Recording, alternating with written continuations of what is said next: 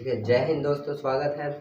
अगर आप बैंक या रेलवे या आर्मी या अग्निवीर या एसएससी जीडी का तैयारी कर रहे हैं तो यहाँ से इकोनॉमिक्स भारतीय अर्थव्यवस्था से बहुत क्वेश्चन पूछे गए हैं।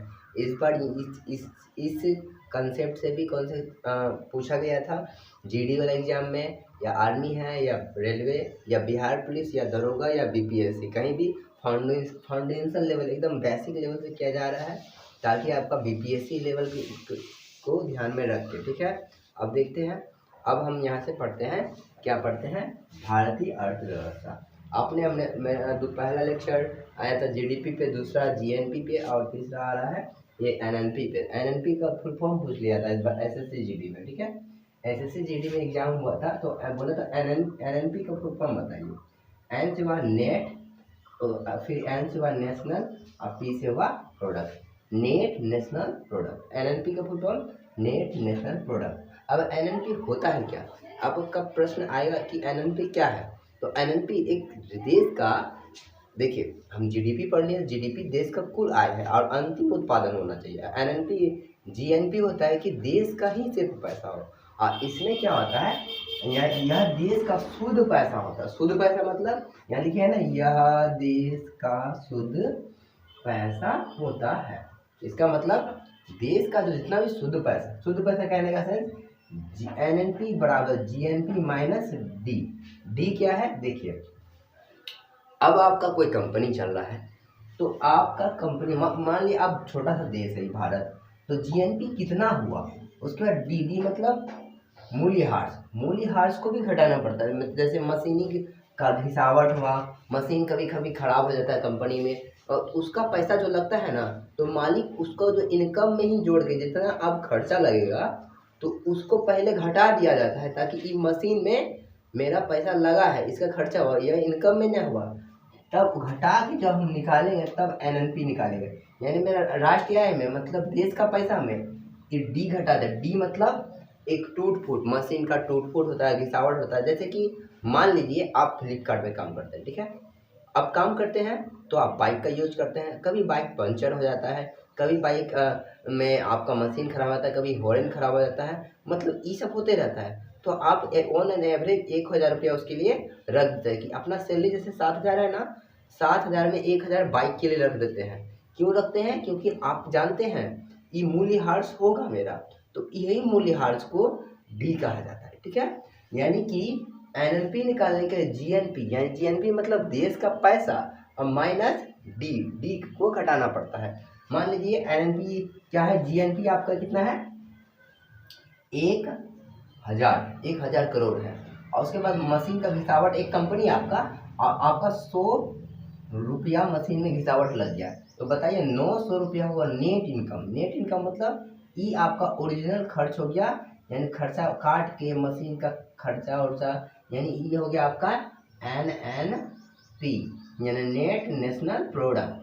यह जीएनपी इतना था पहले 1000, उसमें एक डी का मान कितना था 100, यानी डी मतलब मूल्यह्रास मतलब कितना घटा, ठीक है। अब आते हैं सार्वजनिक क्षेत्र। देखिए सार्वजनिक क्षेत्र में क्या होता है कि अब देखिए, अब हम इसको पढ़ने इसको मिटाते हैं, ठीक है। देखिए समझ गए, देखिए ये आता है निजी क्षेत्र। निजी क्षेत्र को पहले पढ़ते हैं। निजी क्षेत्र मतलब प्राइवेट सेक्टर। क्या होता है, प्राइवेट सेक्टर, ठीक है। प्राइवेट सेक्टर मतलब कहने का सेंस इसमें निजी काम, यानी कंपनी जो बनेगा ना अपना लाभ देखेगा, भाड़ में जाए जनता, ठीक है। कंपनी बैठा, हमको खुद लाभ होना चाहिए, जनता को ध्यान में नहीं रख के दे। जैसे कि जियो कंपनी, उसको लाभ नहीं हुआ तो बंद कर देगा। मान लीजिए आपका दुकान में है, एक प्राइवेट हॉस्पिटल है, एक होता है कि सरकारी हॉस्पिटल। प्राइवेट हॉस्पिटल में पैसा कम नहीं किया जाता, जानता है कि मेरा लाभ होना चाहिए, और सरकारी हॉस्पिटल में 2 रुपया में इलाज होता है। क्यों, क्योंकि वो लाभ नहीं देखता कि आपका जान बचाता है, आपका हित देखता है। हित मतलब आपको देखता है कि आप पहले हमको जान बचाना है। अब प्राइवेट कंपनी होता है, वो क्या करता है कि हम सबसे पहले क्या करेंगे, अपना लाभ कमाएंगे, जनता को 1 रुपया लाभ हो अथवा नहीं हो हमसे मतलब नहीं है। सबसे बड़ा कंपनी है टाटा है, टाटा महारत्न। महारत्न की संख्या कितनी है, इस बार क्वेश्चन पूछ दिया था, रत्न की संख्या कितनी है? रेलवे में पूछा था 12 कंपनी महारत्न है। अब आते हैं सार्वजनिक क्षेत्र। सार्वजनिक क्षेत्र क्या है? सार्वजनिक क्षेत्र कहने का सेंस है सार्वजनिक क्षेत्र में ये क्या आ गया? Public sector. क्या आ गया? Public sector. पब्लिक सेक्टर मतलब सरकार का पैसा और जनता का पैसा कह सकते हैं। यानी कि इसमें सरकार लाभ नहीं देखता है, बस सरकार यह देखता है कि जनता इससे खुश रहना चाहिए, जनता इससे भला होना चाहिए, हमारा देश चलना चाहिए। जैसे रेलवे आपको बहुत मिनिमम नॉमिनल दाम में आपको पूरा देश घुमाता है। रेलवे आता है, सबसे बड़ी महारत्न कौन है? भारत सरकार का रेलवे है। उसके बाद जैसे हॉस्पिटल, सरकारी हॉस्पिटल, गवर्नमेंट हॉस्पिटल हो जाता है, हॉस्पिटल। अब उसके बाद हॉस्पिटल, ठीक है, हॉस्पिटल आ गया। उसके बाद फिर आ गया आपका गवर्नमेंट स्कूल आ गया, ठीक है, गवर्नमेंट स्कूल आ गया। देखिए प्राइवेट सेक्टर में बहुत हॉस्पिटल आ गया, गवर्नमेंट स्कूल आ गया। देखिए जिसमें इसमें कोई एकदम मिनिमम चार्ज रहेगा। आप सरकारी हॉस्पिटल में जाइएगा, मात्र 5 रुपया या 10 रुपया आप पर्चा कटाइए, उसके बाद सारा इलाज, दवाई का पैसा, यहाँ तक दवा तक फ्री देता है वहाँ पे, ठीक है। और कुछ में उसको नहीं मतलब है कि हमको लाभ कमाना है, इसको बस सार्वजनिक पब्लिक को ध्यान में रख के किया जाता है। रेलवे में भी वही हाल है, जैसे कि आपका सबसे कम दाम में लिया जाता है और टिकट का भी दाम मिनिमम होता है, जो कि सब चढ़ता है, ठीक है। अब आते हैं संयुक्त क्षेत्र। संयुक्त क्षेत्र का डिमांड बहुत ज़्यादा है, इसी कारण से विपक्ष का नेता कर रहा है कि रेलवे प्राइवेट हो रहा है। नहीं, ऐसा प्राइवेट नहीं हो रहा है, संयुक्त क्षेत्र हो रहा है। संयुक्त क्षेत्र कहने का सेंस पीपीपी कहने का सेंस है पब्लिक प्राइवेट सेक्टर, मतलब पब्लिक भी रहेगा, प्राइवेट भी आदमी रहेगा, मतलब इसमें सरकार भी रहेगी और प्लस कौन पार्टनर कौन रहेगा? सरकार प्लस निजी आदमी। निजी मतलब प्राइवेट, निजी आदमी, ठीक है। सरकार प्लस प्राइवेट दोनों मिलके काम कराएगा। जैसे मेट्रो अभी चल रहा है ना भारत में, तो इसमें उद्योगपति का भी कुछ हाथ है और आपका ये सरकार का भी है, लेकिन सरकार का रूल मान्य होता है, सरकार डिसाइड करता है कि आपको कितना रहे।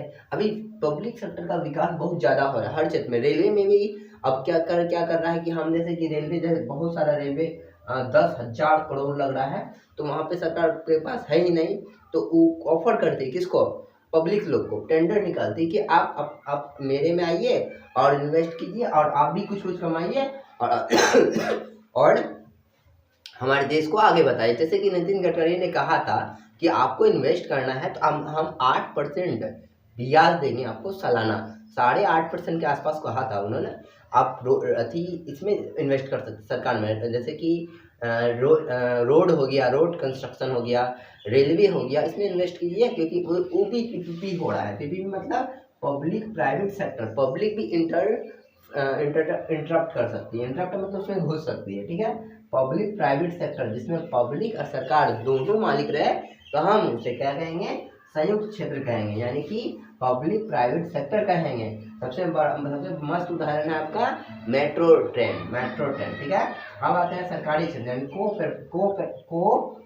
कोऑपरेटिव मतलब होता है कि एक बैंक होता है, कोऑपरेटिव बैंक, जो कि देखिए चलाता तो है कौन? प्राइवेट व्यक्ति, मतलब निजी व्यक्ति, लेकिन ध्यान कौन रखता है?